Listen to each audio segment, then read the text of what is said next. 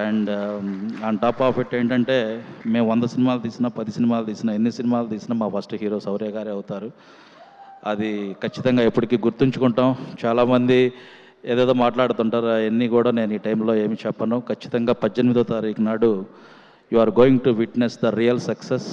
మేము ఇన్ని రోజులు వాట్ ఎవర్ ఇబ్బంది పడ్డా కష్టపడ్డా కూడా మంచి సినిమాని అందించాలని అనుకున్నాం.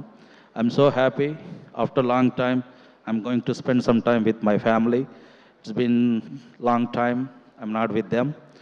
అదేవిధంగా నా తమ్ముళ్ళు, ముఖ్యంగా my wife, she's suffering a lot but she helped me.